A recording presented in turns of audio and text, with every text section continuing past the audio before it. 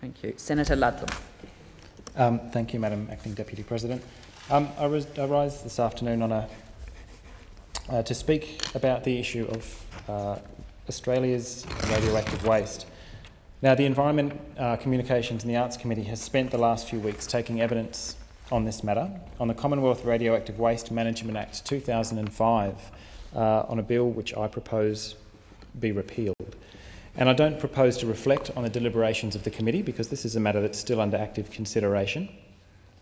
But this inquiry is taking place against a backdrop of 50 years of radioactive waste which has been stored at Lucas Heights or shipped overseas for reprocessing or stored actually at a multitude of sites around the country. And one thing that's been very clear for some time is that a new approach is needed to answer practical and political questions about Australia's radioactive waste. Both the low-level waste, which is scattered at a number of sites around the country, but in particular what the government classifies as long-lived intermediate-level waste, which will be dangerous for literally tens of thousands of years. So how should our radioactive waste be stored? Where should it be stored? Should it be transported? Should it be centralised? And perhaps most crucially, are we producing as little of this material as possible? And the new approach that I talk about starts with the premise that these questions are not settled. The industry and the government departments that run Australia's nuclear facilities would like to believe that these are settled issues, and they're not. The issue of what to do with these extraordinarily dangerous and toxic and corrosive materials for time spans that stretch literally into different geological ages are not settled questions at all. And Australia and the world needs to have a debate about these issues, not a closed discussion behind closed doors, but a deliberative, public and inclusive process to answer these questions. Because the fact is, whether we like it or not, we have radioactive waste in this country and we must responsibly deal with the consequences of decisions that have been made in the past. Whatever we think of those decisions taken in the 1950s about nuclear reactors, today we need to make decisions and we have a responsibility based on the information that we have today. But we need to keep very firmly in mind that we're making those decisions on behalf of literally thousands of future generations, people we will never meet, who will be saddled with the materials that we've created and with the solutions as such that we've designed. And part of the public confidence problem and part of the reason that radioactive waste dumps and this question is so hotly contested around the world is because it's quite widely known, certainly outside the industry, that there is no solution yet being developed to safely contain these categories of nuclear waste that are so long-lived. All efforts to isolate the material permanently so far have been shown to be flawed in some way, as the material gradually burns or corrodes its way out of whatever engineered storage barrier has been designed to contain it. And so shifting waste around the country is simply a way of transferring a problem from one place to another because it will not go away. And so it's been discovered around the world, but certainly in Australia really, that there are two ways of dealing with this problem. The Howard government chose the former. The first way of dealing with the problem is to target politically vulnerable communities or nations to become dump sites for radioactive waste. In the name of whether it be economic development or doing people a favour or doing your bit, it's immoral and it should not be tolerated. It certainly should not be justified on grounds of scientific necessity. Howard certainly tried this first way, which we saw, which kind of reached its height with the passing of the Commonwealth Radioactive Waste Management Act 2005 and subsequent amendments that were put through this place and were fiercely contested by the crossbenchers and by the then Labor opposition at the time.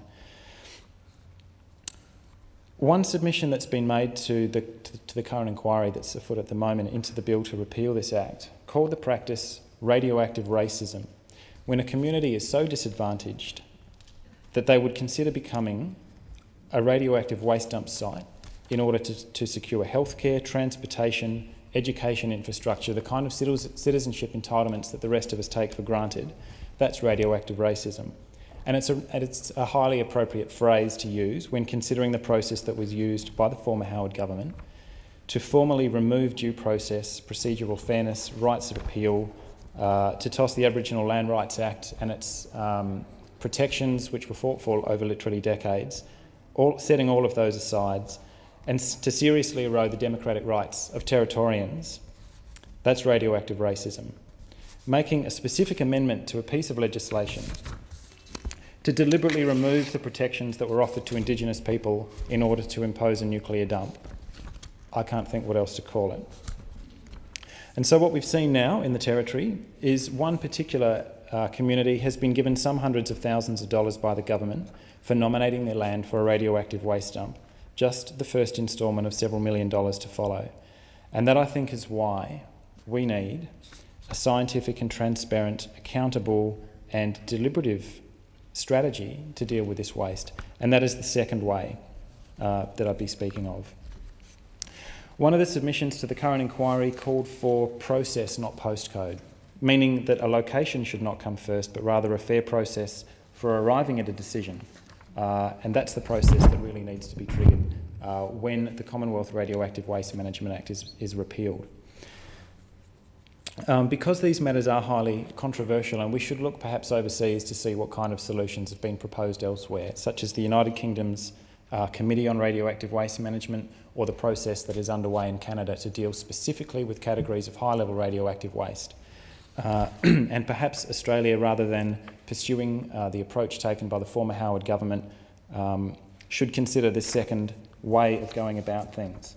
And essentially what that would be looking at would be some form of deliberative arrangement that says, because these are not settled questions, we will not be satisfied with simply imposing this material on a politically vulnerable community, that we can take an approach that's much more mature than that. The moment we take the radioactive waste and dump it in an isolated hole in the ground against the will of the people who live there, we lose all future options for dealing with this material.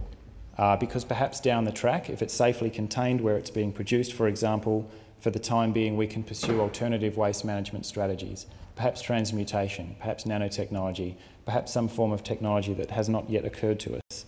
But if we go the politically expedient option of simply putting it on a truck and dumping it on somebody else's land, we lose those options.